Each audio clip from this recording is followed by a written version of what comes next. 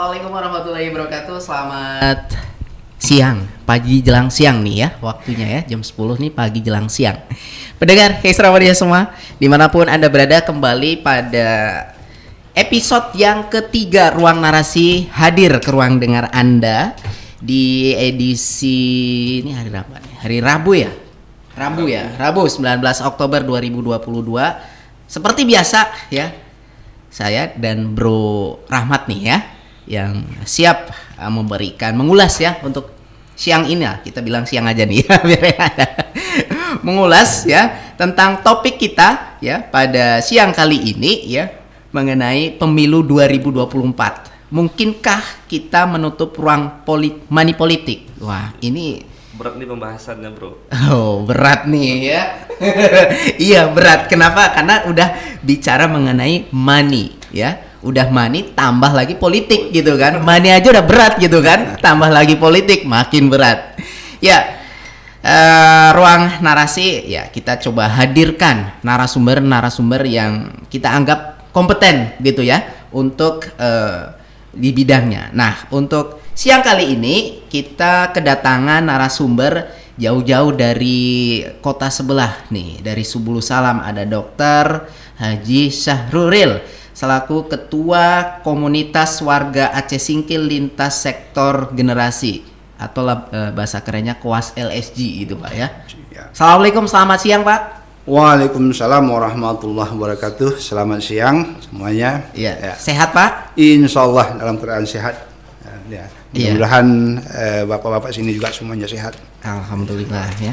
Dan juga usianya berapa Pak ngomong-ngomong Pak? Sudah di atas kepala 6, yaitu 63 tahun. Tapi semangatnya anak muda nih ya. Anak muda nih ya. Ini semangatnya anak muda nih ya. Oke. Ngomong-ngomong nih Pak ya, KOAS LSG ini Komunitas Warga Aceh Singkil Lintas Sektor dan generasi ya, lintas sektor dan generasi. Berarti banyak nih ya, dari berapa generasi nih di sini kan itu banyak Pak ya. Sedikit mungkin tentang Pak Syahruril ini ya. Beliau ini seorang medis ya Bro ya. Medis, dokter. Tapi kok maunya dia berpolitik ya kan, ngurusi politik nih ya. Artinya ada sebuah dorongan ya. Kenapa Pak kok bisa bawa nama KOAS gitu, bentuk ini lembaga swadaya masyarakat gitu Pak ya? Baik. Jadi kalau latar belakang kenapa seorang berbasiskan medis ya, medis itu kan ilmu sains ya. Iya. Ilmu sains yang sebenarnya ilmu itu sangat dekat dengan masalah-masalah kemanusiaan gitu. Betul. Artinya kemanusiaan dalam hal-hal kesehatan manusia. Nah, tapi memang sebenarnya selain mendalami ilmu sains, ada sebuah jiwa yang tertanam rasanya di dalam diri ini bahwa ingin selalu berdekatan dengan masyarakat. Nah, berdekatan dengan masyarakat. Nah, berdekatan dengan masyarakat itu ya maksudnya bagaimana saya berusaha untuk memberikan sesuatu apa yang bisa kita berikan kepada masyarakat. Nah, terutama dalam hal ini ya sebagai seorang yang juga suka mendalami masalah-masalah keagamaan, kita ingin berusaha semacam sebuah kegiatan dakwah. Nah, kegiatan dakwah. Perlu saya sampaikan juga, saya selama ini sejak berada di Subulu Salam itu sudah aktif juga di dalam dakwah. Nah, sebagai dokter, saya juga berdakwah, artinya dakwah itu melalui sebuah organisasi Muhammadiyah. Gitu. Nah, bahkan sampai sekarang ini saya masih menjadi ketua pimpinan daerah Muhammadiyah di Kota Subulu Salam. Sudah 2 periode, ditambah lagi 2 tahun lagi malah ini. Ya. Jadi hal itulah yang membuat bagaimana saya berusaha untuk menyampaikan semacam dakwah-dakwah, ya, informasi-informasi yang baik kepada masyarakat, yang intinya kalau dari dakwah itu kan amar ma'ruf nahi mungkar. Jadi apa yang bisa kita berikan yang terbaik, hal-hal yang baik kita sampaikan ke masyarakat. Nah, termasuk politik juga seperti itu.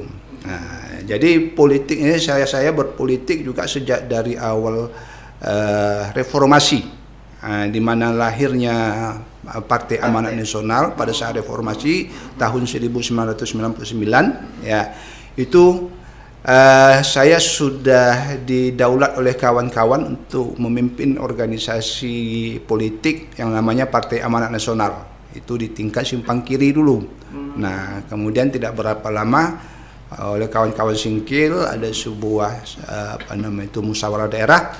Saya kemudian dipercaya menjadi ketua PAN untuk Aceh Singkil gitu. Waktu itu Singkil sama Subul Salam itu belum terpisah. Nah, Masih gabung Pak ya? Masih bergabung. Nah, jadi di dalam berpolitik kita bukan berpolitik sembarangan juga, tapi ada nilai-nilai dakwah yang ingin kita bawa di sana. Nah, itulah yang kenapa sampai saat ini kita malah berada di sebuah komunitas KOWAS tadi, KOWAS LSG, komunitas warga Aceh Singkil lintas sektor dan generasi, yang tujuannya adalah memperbaiki kondisi-kondisi daerah Aceh Singkil yang kita cintai ini. Nah, dengan itu saya pikir kita perlu memasukkan nilai-nilai dakwah di dalam memperbaiki kondisi Aceh Singkil ini. Dakwah itu apa? Ya, kita melihat selama ini kondisi Aceh Singkil kita ini di dalam masalah-masalah katakanlah memilih seorang pemimpin. Memilih seorang pemimpin itu kalau namanya pemimpin itu kan bukan hanya kepala daerah sebenarnya. Ada kepala mukim juga pemimpin, kepala desa juga pemimpin, bahkan anggota-anggota DPR itu juga pemimpin gitu. Nah, jadi kondisi yang selama ini kita lihat itu dalam memilih pemimpin kita sudah ada suatu kebiasaan-kebiasaan masyarakat kita yang sangat buruk dalam memilih pemimpin. Bukan saja buruk, tapi menodai nilai-nilai keagamaan kita. Apa itu? Ya, tentang masalah suap menyuap atau sogok menyogok bahasa kita, dan yang sering disebut dengan money politik. Ya, kira-kira seperti itu. Wani Piro Pak ya.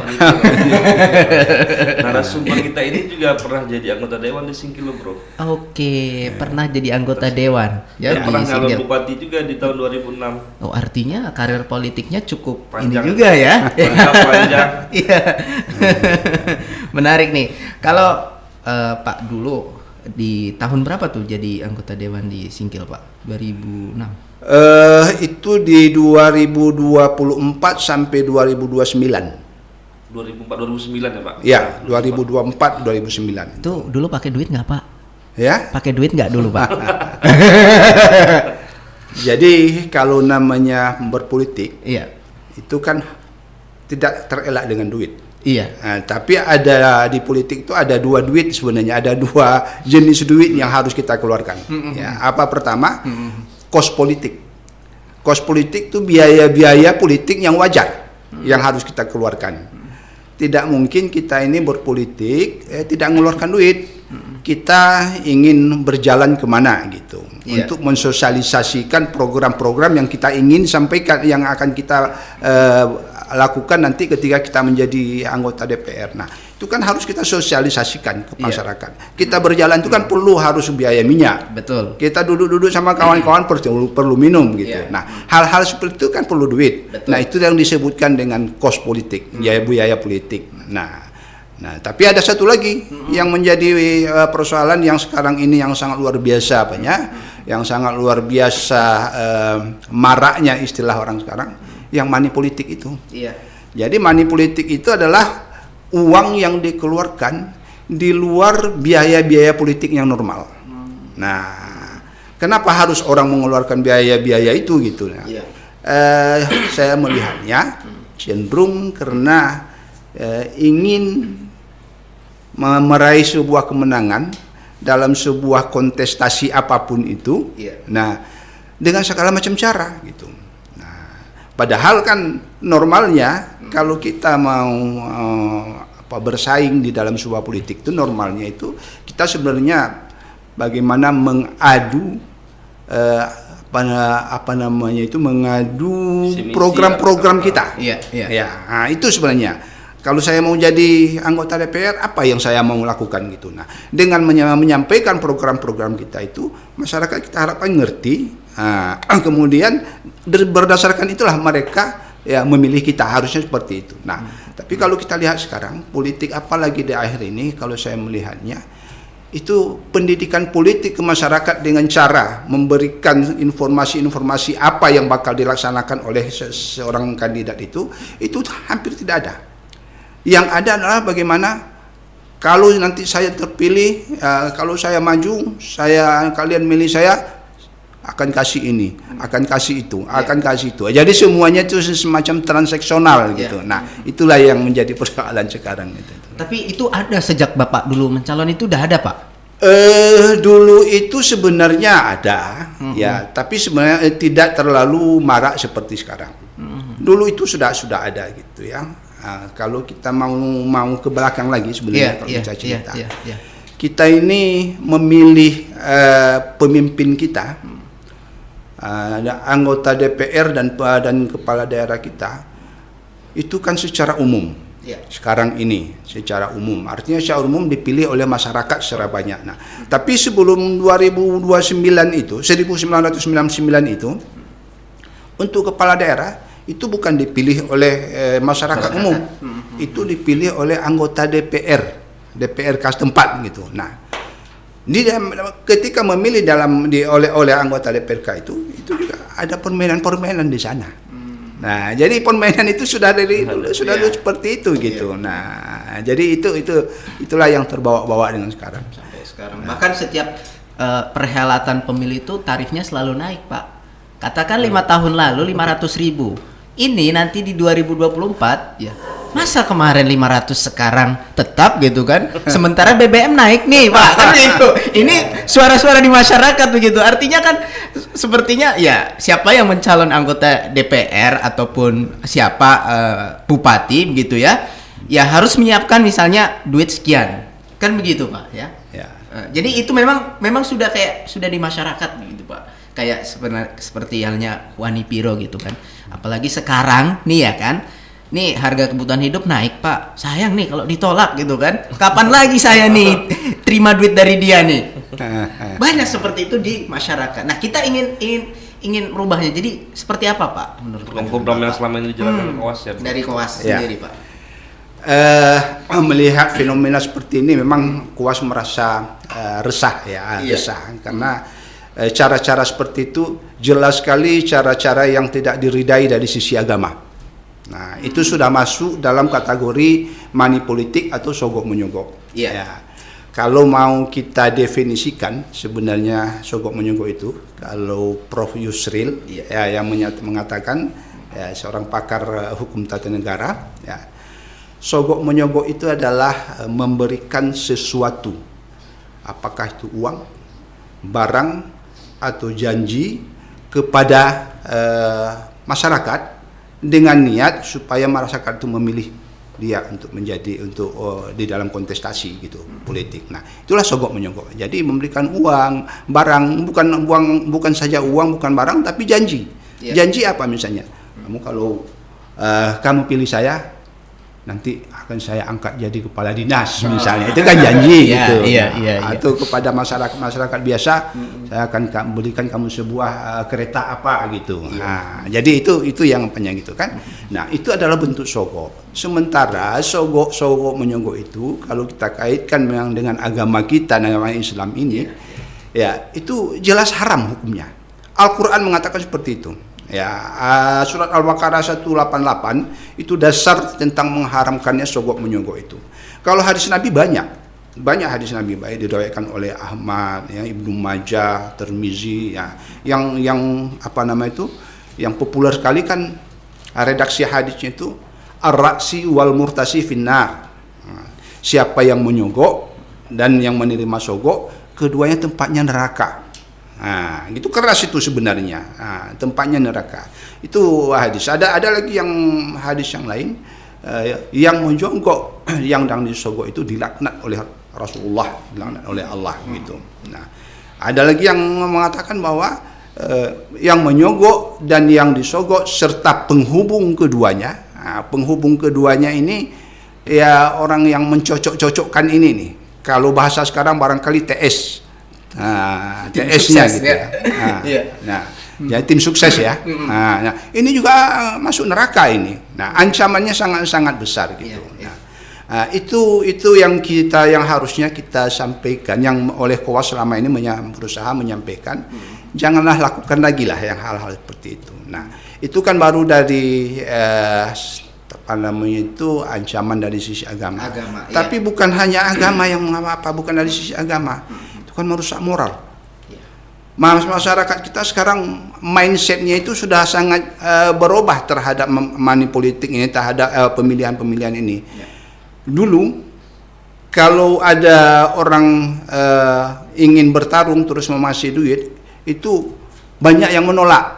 Artinya apa? Dia walaupun ada satu-satu yang apa seperti saya katakan tadi, tapi banyak menolak. Tahu mereka itu haram. Nah, aneh kalau ada orang mau maju tapi menyogok-nyogok. Nah, tapi sekarang ini sebaliknya, aneh dilihat masyarakat kalau ada seseorang maju tidak menyogok. Gitu. Nah, itu kan mindset pola berpikir orang udah lain, itu udah aneh gitu kan. Nah, itu juga jadi masalah. Belum lagi kalau kita melihat dampak buruknya itu, sebenarnya kita ini kan dari sisi demokrasi bagus ya. Teori-teori demokrasi itu bagaimana memilih seorang pemimpin itu dengan dasar kapasitasnya gitu, integritasnya, kemampuannya dalam memimpin dan segala macam itu bisa dijualnya lewat program-program dia gitu kan. Nah, sebenarnya itu yang diinginkan demokrasi. Nah, tetapi dengan cara-cara manipolitik ini sebenarnya mereka ini adalah orang-orang perusak demokrasi sebenarnya ini. Merusak demokrasi itu. Jadi secara bernegara atau berpemerintah itu sangat tidak baik juga. Nah, kami juga melihat di tengah-tengah masyarakat ini dampak buruknya apa? Ketika seseorang sudah berhasil menjadi apakah dia kepala daerah, apakah dia anggota DPR dan segala macam, ada dampak buruknya habis itu. Ketika program-program pemerintah muncul tahun berikutnya setelah dia duduk, nah itu anggaran-anggaran itu berusaha untuk ditarik, anggaran pemerintah itu dengan berbagai macam cara. Nah, untuk apa? Menutupi dana-dana yang sudah keluar, yang sudah dikeluarkan begitu besar. Nah, itu kita lihat di masyarakat itu, di masyarakat kita oleh katakanlah mereka yang duduk baik di pemerintahan maupun di legislatif itu. Begitulah cara-caranya. Ya. Tentu itu merugikan masyarakat. Nah, artinya kalau ada biaya pembangunan itu katakan 100 juta, maka tidak akan mungkin 100 juta itu akan bisa penuh untuk sebuah pembangunan. Ada di sana lagi ini apa yang harus katakanlah kalau secara kasarnya bahasa orang-orang awam disunat katanya dana itu. Ya, sehingga yang 100 juta tadi mungkin hanya bisa terbuat untuk sebuah program itu terlaksana hanya sekitar 60%. Jadi kan itu rugi masyarakat. Yang lainnya nggak jelas kemana apanya. Jadi seperti itu kira-kira buruknya money politik ini. Money politik tadi. Ya. Dan sebenarnya masyarakat sadar akan hal itu begitu ya. Sadar gitu, ngerti gitu, tapi tetap saja mungkin apakah karena kondisi tadi atau baru kemudian pemahaman terkait agamanya yang mungkin masih lemah begitu Pak ya. Atau ya itu tadi kembali ke faktor ekonomi. Kalau dia mohon maafnya misalnya nih ya kan, kalau dia sudah duduk kapan lagi gitu kan. Inilah karena dia belum duduk nih. Kalau bisa bahkan nih Pak, ada misalnya 5 calon datanginya gitu kan. Saya di rumah ada 5 orang suara gitu kan. 5-5-nya datang, 5-5-nya ngasih duit, 5-5-nya juga diterima gitu kan. Jadi habis selesai pilkada atau untuk dibelikan misalnya sepeda atau apa gitu. Kan dan itu terjadi begitu Pak di masyarakat begitu. Karena ada istilah kadang ambil uangnya jangan pilih orangnya gitu kan. Ada juga istilah seperti itu kan gitu. Tapi kalau bisa ya udah diambil duitnya ya kan. Ada bahkan pernah kejadian di suatu daerah begitu ya, karena mungkin dia sogok nggak kepilih. Dia nggak terpilih. Jadi habis pemilu diminta balik duitnya, Pak. ada kejadian-kejadian seperti itu. Jadi gitu Pak ya. Jadi sejauh ini Pak, kembali ke Koas mungkin ya, melihat fenomena ini. Beberapa saat yang lalu ada buat sosialisasi pemilu bersyariah Pak ya. Ya itu konsepnya seperti apa sih yang ditawarkan sama Koas Pak? Jadi pemilu bersyariah itu konsepnya kalau kita definisikan ya secara definisi kita sebenarnya bukan sebuah definisi yang luas oleh orang Koas didefinisikan apa itu sebenarnya yang dimaksud pemilihan bersyariah. Itu adalah sebuah pemilihan yang dilakukan dengan cara halal, jujur, transparan, ya, kemudian bersih, tanpa ada intimidasi dan tanpa pakai money politik. Nah, itulah yang kita katakan bersyariah itu. Nah, kenapa lantas kita katakan bersyariah? Ya, karena itu tadi memang kita ingin semuanya bersih, semuanya halal. Ya, halal, bersih, ya, kemudian jujur pelaksanaannya, jangan ada sogok menyogok gitu. Jangan pula ada tekanan-tekanan dari pihak manapun untuk memilih seseorang itu. Nah, jadi disitulah dasar kita apa sebenarnya. Dari sisi dasar sebenarnya kita punya dasar hukum juga tentang Aceh kita ini kan menerapkan syariat Islam. Betul Pak. Nah, menerapkan syariat Islam. Nah, itu dasar awal, dasar pertama kita. Yang sebenarnya nanti apa yang sedang kita lakukan ini, kita menginginkan juga ada sebuah kekuatan hukum. Apakah kita buat regulasi melalui kanun kalau kita, sehingga bukan hanya sebagai semacam sebuah ikutan saja dari syariahnya Aceh, tapi ada sebuah kanun nanti yang mendukungnya. Ini harapan kita. Jadi sebenarnya apa yang dilakukan Koas sekarang ini bentuknya itu baru bentuk gerakan moral sebenarnya. Gerakan moral mengajak masyarakat untuk mari kita ke depan ini membersihkan segala macam bentuk cara pemilihan kita ini yang kita anggap kotor, jorok dan malah haram, ya, dengan cara-cara yang bersih. Nah, dengan syariat Islam di Aceh, nah sebenarnya pemerintah sudah mulai mengikuti cara-cara syariah ini, terutama orang-orang keuangan di bidang keuangan, misalnya bank semuanya bersyariah. Nah, itu artinya apa? Ada sebuah keinginan bahwa Aceh ini betul-betul menerapkan syariah itu secara baik. Nah, bank bersyariah, pegadaian bersyariah, kemudian meluas lagi tentang wisata bersyariah, kemudian ada lagi kuliner bersyariah, dan segala macam sudah bersyariah. Tetapi sayangnya dasar awalnya untuk membuat sebuah daerah itu belum bersyariah. Nah, sehingga apa yang terjadi? Apa yang tadi bank bersyariah tadi yang semua yang bersyariah yang sudah dilakukan itu semacam hambar saja gitu. Nah, orang mengatakan bersyariah, tapi prakteknya sebenarnya belum bersyariah betul gitu.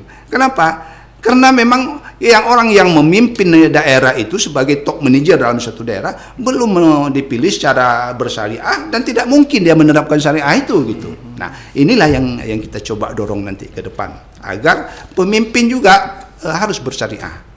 Nah, itu dia. Kemudian Pak, kita melihat juga kan Pak bahwa ada banyak daerah nih di Aceh nih. Kita ambil di Aceh aja Pak sebagai contoh. Singkil ini termasuk daerah yang termasuk tinggi money politiknya bro. Karena kita sering diskusi juga dengan teman-teman dari daerah lain. Yang ketika pilkada itu tidak pemilu lah terutama pemilu tidak seheboh di Singkil. Karena kita juga diskusikan berapa kos politik yang habis segala macam. Di Singkil termasuk yang paling besar juga. Sehingga sebenarnya kita melihat bahwa ini sangat berpengaruh nggak Pak dengan tingkat pendidikan, ekonomi, dan religius dari satu daerah. Karena seperti beberapa daerah lain, juga ada nih yang daerah sama dengan kita kondisi ekonominya, tapi kehidupan politiknya tidak seperti ini juga Pak. Seperti daerah-daerah di Aceh lainnya. Makanya di daerah lain itu bisa banyak calon yang mau maju Pak. Bahkan sampai dibilang pilih sampai 9 calon. Kemudian di Aceh Selatan, padahal mereka itu Pak daerahnya lebih luas dari kita nih. Aceh Selatan itu lebih luas, penduduknya lebih ini. Kalau dibandingkan Kalau Kospo itu pasti lebih besar Pak, karena daerah yang luas dan jumlah penduduk. Apakah Bapak melihat bahwa tingkat pendidikan, ekonomi, dan religius satu daerah ini sangat berpengaruh? Karena kalau ini menjadi berpengaruh, kita butuh waktu panjang juga nih Pak untuk mensosialisasikan lagi, mengupgrade lagi pendidikan masyarakat kita. Karena ada contoh juga nih Pak, di daerah-daerah yang misalnya tingkat pendidikan yang lebih tinggi, itu money politik sudah masuk. Nah, kayak contoh nih di pinggiran kampus-kampus itu, misalnya di komplek perumahan dosen, ada pemilihan apa-apa itu emang murni. Ya, benar. Itu gimana tanggapan Bapak Pak? Jadi begini, ini konteks daerah kita dan juga barangkali daerah yang lainnya. Nah, kita tidak bisa singkirkan faktor-faktor itu tadi, pendidikan, misalnya makin rendah tingkat pendidikan barangkali masyarakat, itu makin mudah diajak oleh orang-orang tertentu untuk melakukan money politik itu gitu. Nah, kemudian faktor ekonomi, ya sama gitu kan, karena dia nggak uang, oh ini jalan masuk uang ini, nah, jadi diikut itu. Kemudian dari nilai agama, nah, jadi sebenarnya juga berpengaruh di sana. Tapi saya melihatnya begini ya. Nah, kini persoalannya ini ketika ditanya, sebenarnya politik uang ini dimulai dari mana? Siapa yang memulai? Nah, gitu. Jadi seringkali di masyarakat itu seperti orang bertanya, mana dulu ayam dengan telur nih? Yang mana ayam dulu apa telur dulu gitu. Nah, bagi kami Kowas mengatakan ini persoalannya itu bukan di masyarakat. Masalahnya siapa? Para kandidat yang mau bertarung untuk mau menjadi pemimpin. Nah, para kandidat ini yang sebenarnya kalau dia mau menjadi pemimpin, siapkanlah kapasitas dirinya. Siapkanlah argumen-argumen untuk dia apa yang akan dilakukannya nanti. Jadi bertarung mengenai mengenai program-program harusnya seperti itu. Nah, tapi orang-orang yang mau maju itu baik di kepala daerah tadi ataupun di legislatif tadi gitu, cenderung ingin menang, ingin dapat jabatan dengan mudah, tidak mau susah-susah gitu. Nah, ya, jadi dengan tidak mau susah-susah itu, ya yang paling mudah mempengaruhi masyarakat. Bagaimana mempengaruhi masyarakat? Itu adalah dengan menyogok. Nah, kalau saja para kandidat ini tidak ada satupun yang menyogok, apa diharap masyarakat? Apa yang diharap masyarakat? Kan nggak mungkin masyarakat datang pergi minta-minta ini. Iya. Nah, nggak ada itu. Masyarakat malah berpikir sebaliknya. Ketika tidak ada mereka menerima uang, maka akan melihat mereka dia mendengar kira-kira visi misi seseorang itu, disitulah mereka nilai. Nah, jadi saya katakan bahwa sebenarnya sogok menyogok ini dimulai oleh para kandidat. Oleh karena itu program Kowas kita ini sebenarnya lebih terarah kepada para kandidat ini yang mau bertarung itu. Nah, makanya kita suatu saat barangkali kita tawarkan nanti bagaimana setiap kandidat itu harus disumpah dulu supaya jangan melakukan money politik. Nah, misalnya ada pernyataan disumpah, ya ini kalau sumpahnya itu tentunya mungkin di depan apakah KPU misalnya, apa di depan masyarakat segala macam itu bisa dikondisikan itu. Intinya sumpahnya bahwa saya sebagai calon anggota DPR misalnya tidak akan menyogok misalnya seseorang atau masyarakat dalam bentuk apapun, baik saya, keluarga saya atau tim seks saya misalnya, tidak akan menyogok. Kalau misalnya terdapat menyogok, saya siap untuk apakah bentuk hukumannya lah ya. Nah, kalau kita menawarkan ya diskualifikasi aja semuanya gitu. Ketika kedua tahu, jangan lagi pakai itu, buang aja gitu. Nah, kalau itu dilakukan oleh semua kandidat, ya, nah di depan masyarakat, di depan penegak hukum yang berkaitan dengan masalah pemilihan ini, barangkali terhenti masalah-masalah money politik ini. Nah, kalau masyarakat itu sangat luasnya masyarakat, pertama kita agak susah memang menyampaikan kepada masyarakat ini. Artinya kita nggak perlu menghukum masyarakat. Yang perlu kita hukum itu kandidat itu yang sebenarnya menjadi persoalan gitu. Nah, jadi itu. Nah, namun kita di Kowas sekarang ini kita memang sampaikan ke masyarakat tentang buruknya itu dari sisi agama, dari sisi moral ya, dari sisi hal-hal yang lain, termasuk sebenarnya dengan adanya sogok menyogok ini ya, cara-cara ini terjadi biaya politik yang super tinggi gitu. Nah, coba bayangkan saja untuk memilih kepala daerah di Kabupaten Aceh Singkil kita ini, informasi untuk para yang periode yang lalu itu yang kita tahu itu berkisar, ada yang mengatakan 15 miliar. Ada yang mengatakan malah lebih dari itu sampai 18 miliar. Padahal setelah kita hitung-hitung secara normatif untuk biaya kos politik itu tidak lebih dari 2 miliar kok. Nah, malah ada yang mengatakan 1 miliar saja udah bisa bertarung gitu. Nah, dengan biaya murah seperti itu, makanya orang bisa mencalon gitu. Putra-putra daerah kita ini, ya putra-putra daerah kita yang terbaik itu, yang keinginannya maju ataupun orang lain ingin dia itu maju karena dilihatnya bagus, ada kesempatan untuk bisa bertarung. Nah, kalaulah misalnya biaya pilkada itu sendiri 10 miliar, boleh kita hitung orang-orang Singkil ini siapa sih yang sanggup? Ada nggak orang yang Singkil yang mau yang seperti itu? Barangkali sangat minim. Artinya yang punya kemungkinan itu hanya orang-orang yang punya duit segitu. Siapa orang-orang punya duit segitu? Taulah kita siapa orangnya gitu kan. Nah, walaupun pada yang itu efeknya apa? Iya, kalau seandainya orang itu punya kapasitas yang bagus, punya niat yang bagus, kapasitas yang bagus untuk menjadi seorang pemimpin, ya mungkin bisa cepat maju daerah ini. Tetapi kalau dia dalam hatinya bukan untuk niat untuk membangun daerah, bukan untuk mensejahterakan masyarakat, ya ini yang terjadi sekarang. Kondisi kita ini terjadi seperti itu gitu. Nah, jadi seperti itu. Jadi sangat berkepentingan rasanya Kowas ini ya mensosialisasikan masalah-masalah pilkada bersyariah ini. Artinya udahlah, kita tinggalkan yang lalu, yang lalu. Kita ingin bangun sama-sama negeri Singkil ini lebih baik ke depan dengan cara-cara yang lebih nyaman, yang lebih elitis ya, yang lebih agamais gitu. Nah, jadi itu cita-cita Kowas gitu. Bahkan yang lebih ekstrimnya lagi, pemilihan kepala desa pun udah pakai duit, Pak. Itulah yang jadi persoalan kita. Gecik, Pak. Nah, kecil ya. Iya. Saya mendengar itu, kita mendengar itu, malah tarif 1 juta malah ada. Mungkin juga seperti itu. Kita yang takut sekarang ini menjalar ke yang lain. Apa itu misalnya MAA nanti kayak itu juga. Kalau sampai kepala MPU kita juga seperti itu, mau jadi apa daerah kita ini? Mau jadi apa? Ini yang jadi khawatir kita. Dan itu berpotensi untuk menjadi ke sana. Sebelum dicegah ya, Pak. Sebelum menjalar, kalau dokter tuh nanti menyebar nih penyakitnya kronis pula jadinya ya kan. Kalau sudah kronis sudah harus operasi ya kan. Jadi udah komplikasi, udah payah obatnya kan gitu namanya.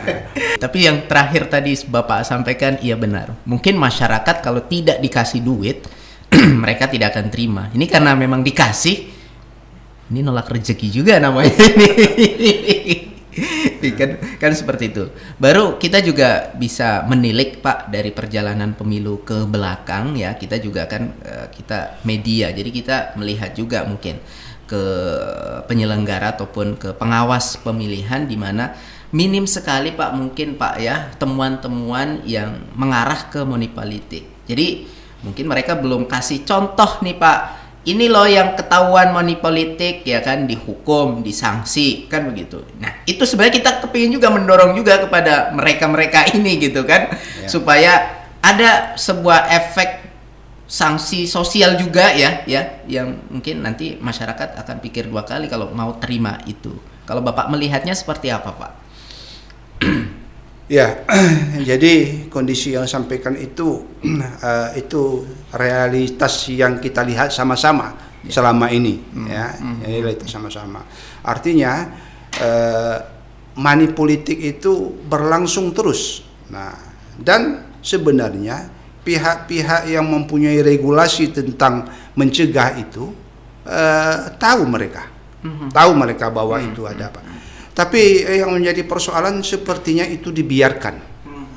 Tidak pernah ada sebuah sanksi Nah, ini yang selama ini ya. Iya. Nah, tidak pernah ada sebuah sanksi yang sebenarnya sanksi itu sangat-sangat bagus ya, karena itu bisa membuat efek jerak bagi orang-orang yang lain gitu. Jangan sampai melakukan itu gitu. Nah, inilah sebenarnya kita menghimbau sebenarnya pihak-pihak terkait dengan pemilu ini, apa-apa pemilu legislatif atau pemilu kepala pilkada, pemilu kepala daerah, itu mereka yang punya regulasi ya, seperti KPU, kemudian Bawaslu, ada barangkali dari kepolisian juga, ada dari Kejari. Itu kita tahu bahwa semua regulasi melarang itu. Tidak membolehkan adanya money politik itu, memberikan kepada mempengaruhi masyarakat untuk memilih dia dengan memberikan sesuatu itu ada sanksinya gitu. Tetapi selama ini itu memang seperti tidak berjalan. Oleh karena itulah kita menghimbau kepada mereka yang pemegang regulasi itu untuk memperbaiki kondisi-kondisi ini. Ya, kita harapkan mereka itu, ayo masing-masing jalankan aturan yang ada di masing-masing instansi itu. Jalankan. Kalau ada memang nampak ada penyelewengan terhadap aturan-aturan pemilu itu, ya tangkap saja, adili gitu. Lihat semua, nanti berikan semacam hukuman kepada mereka. Dengan itu baru bisa kita agak aman. Nah, kami baru saja diundang Kowas ini diundang oleh Bawaslu Provinsi untuk bincang-bincang tentang masalah pemilu ke depan, pilkada ke depan. Nah, sebenarnya mereka juga menginginkan pilkada ini bersih. Mereka ingin, apalagi dengan nilai-nilai syariahnya Aceh ini, ingin pilkada bersih sehingga terpilih orang-orang yang bersih juga. Dengan orang bersihlah yang bisa nanti insya Allah memberikan kemajuan daerah dan kesejahteraan masyarakat gitu. Nah, kita berdiskusi sama mereka. Ternyata mereka sangat menyambut baik apa yang sedang kita lakukan sekarang ini. Dan mereka sebenarnya sudah ada program-program juga ke depan ini untuk melakukan sebuah edukasi ke masyarakat untuk supaya jangan lagi bermain money politik itu. Salah satunya yang sedang mereka gerakkan sekarang ada namanya membangun sebuah desa tangguh demokrasi. Itu programnya Bawaslu itu.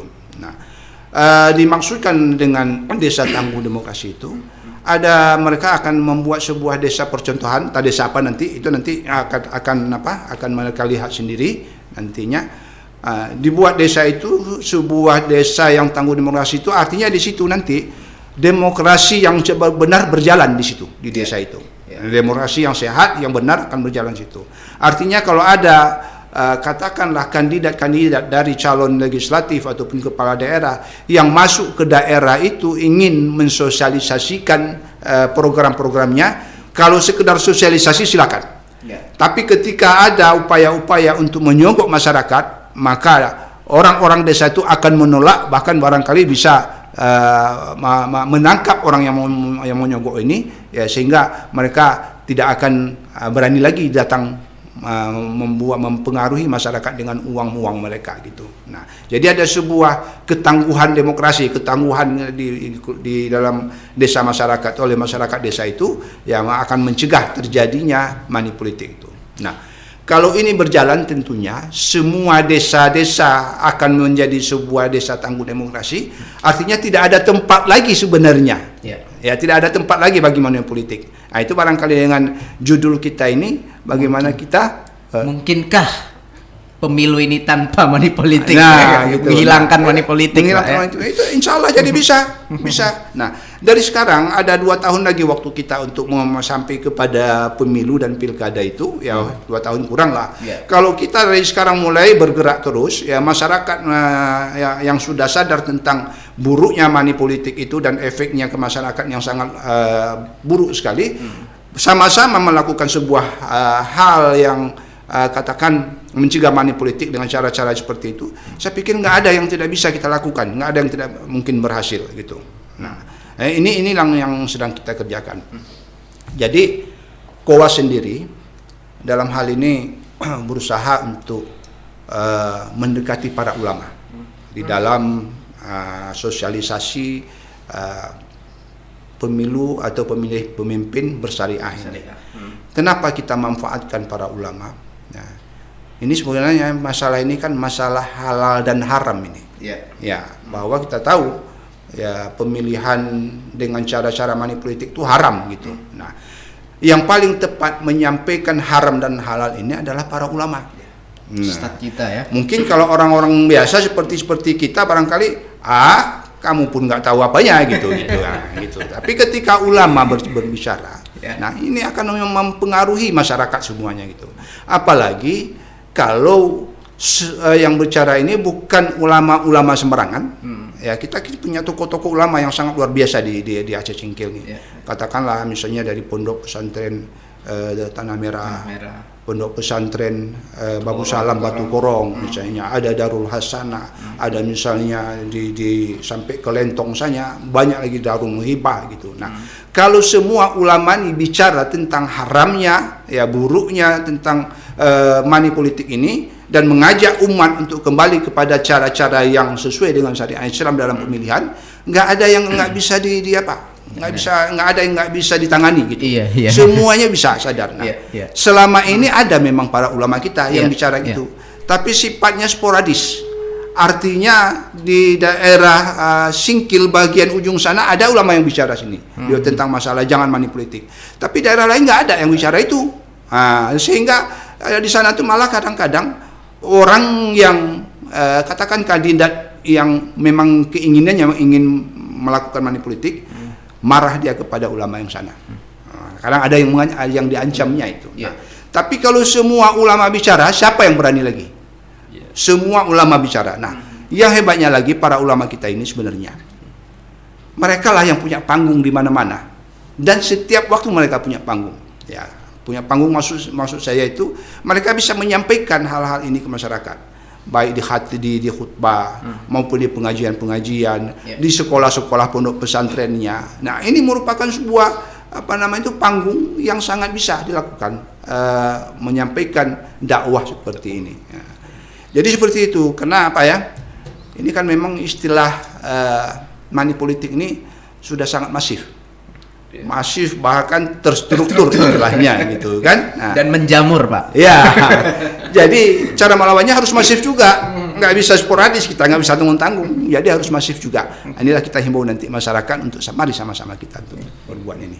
Melihat diskusi tadi Pak, bahwa Bapak menyampaikan kita penting nih di kandidatnya nih, di regulasi di atas. Ya. Tentu dengan perkembangan negara juga banyak gitu Pak, bahwa untuk membangun daerah tuh susah kalau dari bawah, harus dari atas ke bawah nih. Ya. Kemudian juga kita sedikit gelisah melihat bahwa baik pilpres, pilgub apapun itu Pak, mereka selalu membahas sosok nih Bro. Maksudnya siapa calonnya ini segala macam.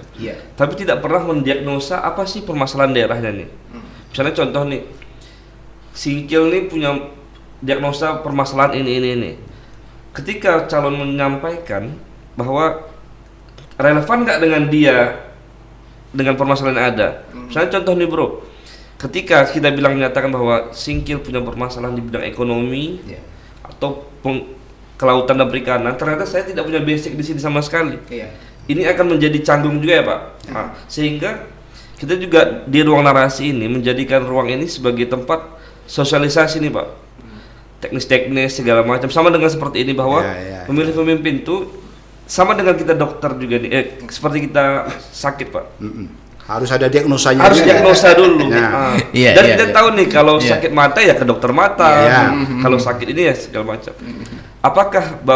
Apakah ada rencana Kowas juga ke depan untuk menyiapkan satu rekomendasi portofolio lah misalnya Pak, tentang apa sih yang harus dilakukan nih, memberi masukan secara langsung ya Pak, terutama ke petugas pelaku pemilu nanti ya Pak, seperti KIP, kepala daerah. Karena secara tidak langsung, kalau apalagi sekarang ini momentum nih Pak, Pak PJ pasti nggak akan ikut calon bupati ke depan kan, sehingga atau nggak akan mau nyalek juga di sini, sehingga tidak punya kepentingan apa-apa Pak.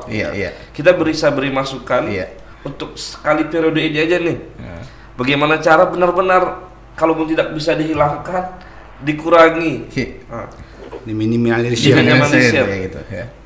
Apakah sudah bertemu dengan KIP kah atau juga dengan pemerintah daerah Pak untuk menyampaikan konsep pilkada bersyariah ini atau pileg bersyariah? Ya.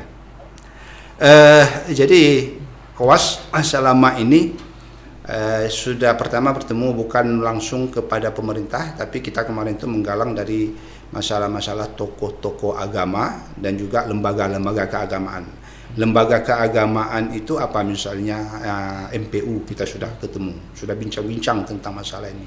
Kementerian Agama kita sudah bicara semuanya ya, dan juga tokoh-tokoh agama dan kaum intelektual. Nah, kenapa kita itu yang dulu kita sampaikan kalau kita ketemu?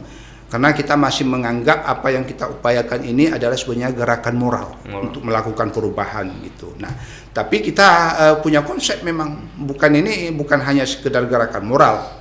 Ini akan maju kepada sebuah bentuk adanya sebuah regulasi yang jelas dari pemerintah. Nah, saya katakan tadi sebenarnya regulasi itu sudah ada gitu. Tapi itu tetap kita perkuat. Kita perkuat kepada pihak-pihak instansi-instansi yang apa itu. Nah, cuma kita berusaha memang mengusulkan kepada pemerintah, dan dalam hal ini PJ Bupati kita melalui Wakil Ketua Kowas ada namanya Pak Ismail Saleh sudah menyampaikan itu. PJ Bupati akan mengundang Forkopinda. Nanti akan mengundang KPU, akan mengundang Bawaslu untuk duduk bersama-sama Kowas untuk membicarakan ini. Artinya kalau itu terwujud, maka sangat punya peluang bagi kita untuk mengusulkan buatlah sebuah regulasi yang tepat untuk ini. Nah, regulasi itu bisa datangnya misalnya oleh DPR itu kan kalau regulasi DPR ya, apakah itu DPRK atau DPR provinsi, tapi bisa sebenarnya Perbub juga bisa. Bisa Pak ya? Nah, bisa Perbub. Jadi artinya bupati sendiri sebenarnya dengan kekuasaannya bisa mengeluarkan Perbub untuk itu. Nah, ini yang kita dorong. Jadi ini sekarang ini kita sedang menunggu sebenarnya, menunggu dari apa yang disampaikan PJ Bupati tadi akan mengundang ini. Mereka ini. Gitu kira-kira. Baik Pak, saya mau ke penelpon nih. Oh ya. Halo, assalamualaikum, selamat siang. Waalaikumsalam, Bang Davi. Saya Bu Atun. Ya, dengan siapa? Di mana? Saya Bu Atun di Singkil Utara. Oke, Bu Atun di Singkil Utara. Silahkan Pak, Bu Atun pertanyaannya. Iya, ini saya mau menanyakan mengenai money politik. Kalau misalnya orang-orang kita bilang sogokan lah gitu ya Pak ya. Kami ini orang biasa Pak, jadi rakyat kecil ya kan, pastilah kalau misalnya dikasih nih sama bapak-bapak, pastilah kami menerimanya gitu Pak. Memang kami tidak mau pemimpin yang dipilih itu berdasarkan sogokan atau uang dari bapak-bapak itu tadi kan Pak. Terus kenapa diterima? Ya kayak mana lah ya Pak, kami butuh, namanya kami rakyat kecil Pak. Jadi kayak mana itu menurut Pak Saiful ini? Gimana menurut Bapak yang rakyat kecil ini yang menerima uang itu Pak? Terima kasih Pak. Assalamualaikum. Waalaikumsalam warahmatullahi wabarakatuh. Oke, silakan Pak. Jadi begini Bu Atun, terima kasih pertanyaannya. Ini jadi hidup suasananya gitu kan. Cuma saya ralat dulu barangkali tadi nama saya bukan Saiful Bu. Sahyuril ya. Sahyuril itu saya apa. Nah, tentang godaan dari para kandidat, apakah itu calon anggota DPR, apakah itu calon bupati untuk memberikan duit supaya ibu memilih mereka, itu namanya sogok menyogok. Betul, itulah namanya money politik, sogok menyogok. Nah, kalau ibu tanyakan bagaimana sikap kami ini, sebenarnya sikap itu kita kembalikan kepada kita ini adalah orang muslim. Itu pertama. Nah, kita orang muslim, Islam. Nah, orang Islam itu dilarang untuk menerima uang sogok itu. Haram hukumnya, Bu. Nah, haram hukumnya menerima uang itu. Nah, kalau namanya uang haram kita terima, maka kita gunakan juga menjadi haram dia. Jadi artinya kita memakan uang haram. Apakah memang ibu ikhlas memakan uang haram, yaitu lantas menjadi berefek kepada ibu? Kalau di dalam hadis katanya menerima sogok itu juga tempatnya neraka, ancamannya ke sana. Apa ibu mau dengan uang 300.000 misalnya dikasihnya, atau katakan 1 juta, tapi ancamannya ibu ke neraka? Mau nggak ibu? Itu sebagai muslim harus kita pikirkan seperti itu. Gitu. Yang kedua, cara-cara itu adalah cara sangat buruk sekali. Ya, itu merusak kondisi-kondisi kehidupan bermasyarakat. Kenapa dikatakan merusak kondisi kehidupan masyarakat? Ya, nanti ada pemimpin itu ketika dia menang, ya mungkin karena ibu ya menerima uang dari dia, barangkali desa ibu itu diperhatikan oleh sang pemimpin untuk dibangun. Tetapi ketika ada orang di desa lain tidak menerima sogokan dia, nah akhirnya dia tidak mau berbuat untuk membangun di desa itu. Padahal banyak pembangunan yang dibutuhkan situ. Nah, jadi ada artinya gara-gara itu pihak yang memberi uang ini, ya spesifik pemimpin ini, dia milih-milih. Kalau desa ini dibangunnya, desa sana tidak dibangunnya. Itu kan merusak juga masalah kondisi masyarakat itu. Yeah. Nah, jadi seperti itu Bu. Kira-kira begitu pertanyaannya. Kalau ada ibu yang mau tanya lagi, ya silakan. Mungkin kita bisa sampaikan secara lebih gamblang lagi barangkali. Iya, tapi pertanyaannya sama ibu tadi, kenapa dia terima juga gitu, Pak? Ekonomi tadi, faktor ekonomi tadi. Ya. Oke, terima kasih Bu Atun ya. Saya mau ke Pak. Ini kalau kita cerita misalnya money politik, para kandidat ini mengeluarkan kos. Lalu bagaimana mereka kan dari partai politik, Pak? Bagaimana? Mungkin setoran ke partai politiknya udah ditetapin, Pak, atau gimana gitu, Pak? Atau mungkin pendidikan di partai politiknya seperti apa begitu, Pak? Ya.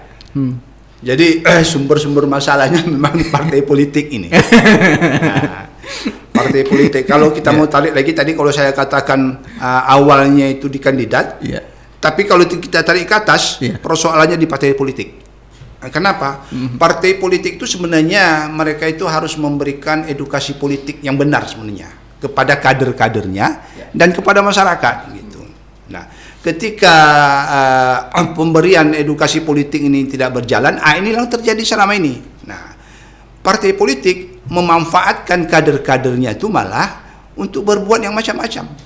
Dari awal sudah seperti itu. Apa contohnya? Bagaimana partai politik ini bersikap ya terhadap kader-kadernya itu? Kader-kader maju mau menjadi calon atau untuk anggota DPR ataupun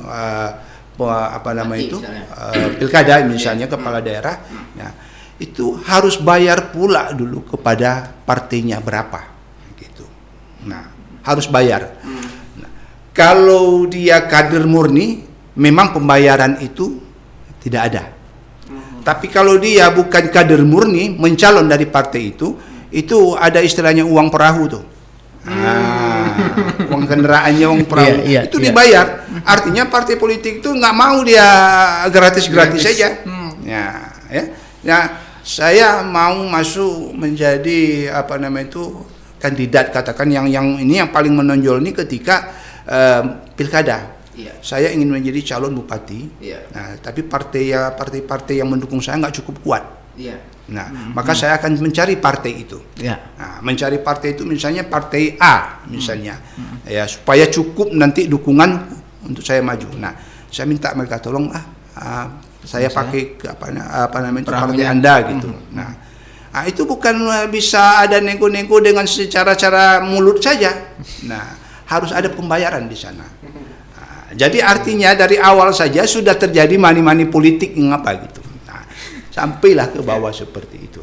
Nah, jadi itu yang menjadi ya, harusnya kalau yang idealnya partai politik itu ya mendidik masyarakat jangan seperti itu. Ya, kembali saya katakan, coba didik para kandidat-kandidat itu untuk bisa bertarung dengan menyampaikan visi dan misi dia secara baik di masyarakat. Nah, itu sebenarnya intinya. Nah, jadi seperti itu namanya. Jadi dilematis. Dilematis ya, semua lini di situ. Belum lagi ya itu tadi karena udah dari partai politiknya udah cari perahunya bayar, di samping itu untuk dia ngambil suara masyarakatnya bayar, jadi kena 2 kali kan gitu Pak. Kena 2 kali gitu kan. gitu. Jadi kalau bisa saya tambahkan Iya. ya, tentang hal-hal seperti ini, sebenarnya munculnya bentuk oligarki ya di Indonesia ini, di masyarakat kita, di negara kita ini, salah satunya itu tadi. Nah, oligarki itu kan kelompok kecil orang-orang tapi bisa menguasai banyak kondisi ini, bahkan bisa menguasai negara. Itu kan oligarki gitu ya.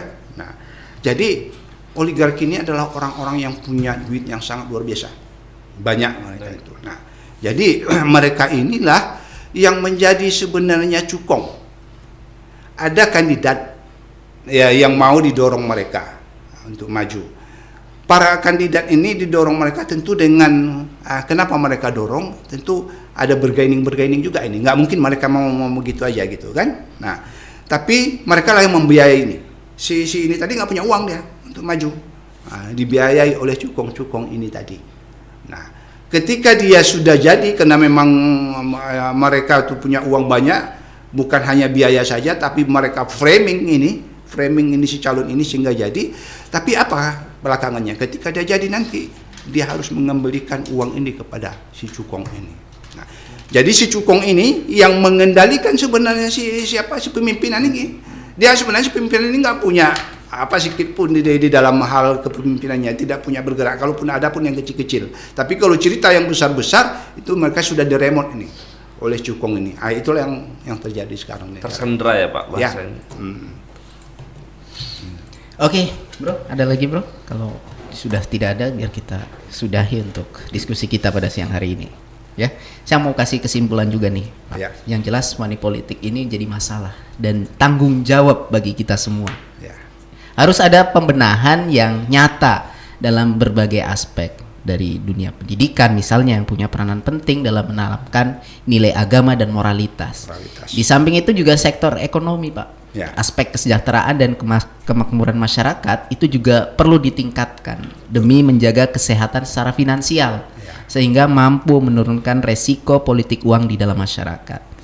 Di samping itu juga tugas kita menyelamatkan bangsa juga berada pada mereka yang berasal dari partai politik, Pak. Tengoklah anggota DPR kita, mulai dari ketua, wakil ketua, mereka berasal dari partai politik, Pak. Bahkan presiden dan wakilnya juga produk politik juga, Pak. Dan bahkan KPK itu jadi lembaga independen pemberantasan korupsi, komisioner dan ketuanya pun ditentukan oleh mereka yang ada di partai politik. Bisa dikatakan, Pak, bahwa ketatanegaraan kita dikuasai oleh partai politik. Semua elemen bangsa harus berjalan secara sinergi dan mengesampingkan egoisme. Dengan demikian ya bukan hanya hanya politik uang aja yang bisa diatasi, melainkan juga problematika lain bisa kita hindari. Oke, saya mau nambahkan juga nih bro. Silakan. Jadi proses kita untuk menyediakan money politik ini juga butuh waktu yang sangat panjang ya Pak. Yang panjang dalam arti ini harus masif. Ya. Dan semua sektor, dan hasil dari progres panjang ini hanya ditentukan dalam 5 menit saja Pak. Ya. Ini yang menjadi permasalahan besar kita nih. Jadi 5 menit aja kita tidak melaksanakan seperti yang idealnya, itu bisa berdampak terhadap pembangunan satu daerah nih. Betul. Makanya memang ini sebagai dilema yang sangat berat ya Pak, bahwa masa depan arah pembangunan daerah ini dalam ditentukan hanya 5 menit nih. Dan proses kita mensosialisasikan itu bertahun-tahun nih. Bertahun-tahun. Ya. Dan ditentukan dalam 5 menit saja nih. Nah, sehingga kita memang mengharapkan konsep ini juga terintegrasi ke seluruh sektor Pak. Ya. Baik itu penegakan hukum, dunia pendidikan, bahkan dunia ekonomi. Misalnya pengusaha-pengusaha nih yang mau mendorong untuk maju kepala daerah juga membatasi diri nih, tidak mau menyumbang dalam bentuk jumlah besar atau apa segala macam.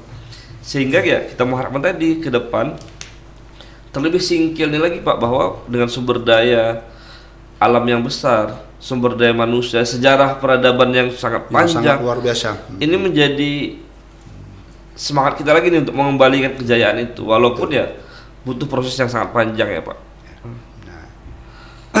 Terakhir dari Bapak, silakan Pak, closing statement Pak. Nah, jadi saya menginginkan seperti tadi apa yang disampaikan kawan-kawan juga tentang kondisi daerah kita ini. Saya menghimbau saja sebenarnya, menghimbau marilah kita tinggalkan cara-cara lama, cara-cara buruk dalam memilih pemimpin ini.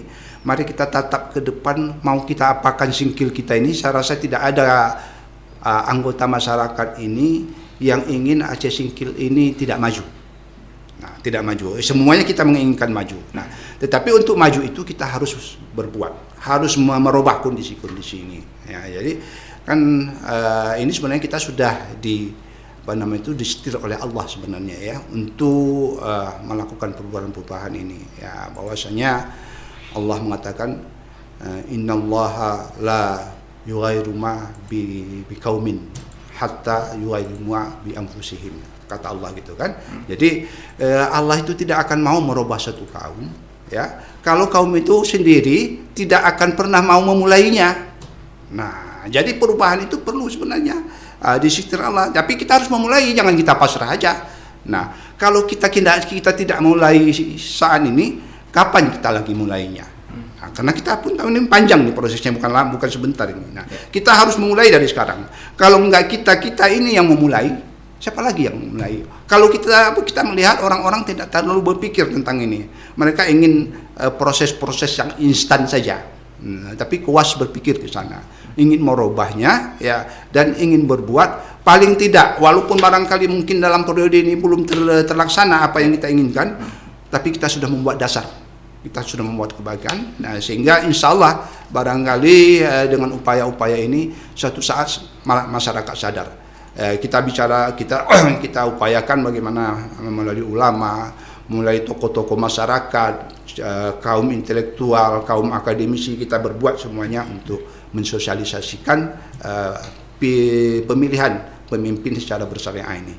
Jadi seperti itu ya, mudah-mudahan Aceh Singkil kita ini kita harapkan betullah ke depan bisa ada perbaikan-perbaikannya. Demikian. Oke. Lagi bro. Iya, silakan. Saya sedikit lagi nih Pak. Ya. Kebetulan semalam saya dengar kajian filsafat ya Pak, bahwa ada satu cerita lucu Pak, bahwa antara pemimpi dan pemimpin. Jadi disampaikan beliau bahwa lebih baik menjadi pemimpi di tengah orang-orang yang ingin mewujudkan harapannya Pak, ketimbang menjadi penguasa, menjadi pemimpin di tengah orang-orang yang tidak punya mimpi. Intinya kita menjadi penguasa pun di tengah lingkungan yang tidak ada keinginan untuk merubah kondisi daerah tadi juga sangat berat sekali Pak. Lebih baik seperti kita ini menjadi pemimpi dengan harapan sehingga lebih baik, tapi ternyata di masyarakat juga ada banyak nih Pak. Ini sih penutup dari kita seperti yang ayat Bapak bacakan tadi juga. Oke, mudah-mudahan apa yang kita diskusikan ya pada siang hari ini ya membawa ini manfaat ya, terutama untuk pendengar Ekstra Mania, masyarakat luas yang mendengarkan ya, bahwasanya ya mari sama-sama kita tolak money politik ini. Masih ada waktu 2 tahun ya Pak ya. Ini ya Pak ya. Masih sukses ada 2 untuk tahun. Koas LSJ ya dalam mengkampanyekan pemilu bersyariah Pak ya. Oke, jangan lupa Pak, nanti undang-undang kami juga Pak. Insya Allah. Oke, baik ya pendengar Ekstra Mania semua, tentu sudah untuk ruang narasi kali ini ketemu lagi di episode selanjutnya, bro ya. Baik, dengan saya juga mengucapkan terima kasih kepada para teman-teman di sini. Ya. Mudah-mudahan apa yang kami sampaikan ini bisa menjadi sebuah pembelajaran bagi kita semua, upaya-upaya kita semua, dan komunikasi seperti ini barangkali perlu kita bangun terus untuk ke depan. Terima kasih sekali lagi. Oke, tuntas untuk ruang narasi kali ini. Ketemu lagi di lain kesempatan. Saya Davi dan Bro Rahmat beserta kru yang bertugas pamit. Assalamualaikum warahmatullahi wabarakatuh. Selamat siang dan sampai jumpa.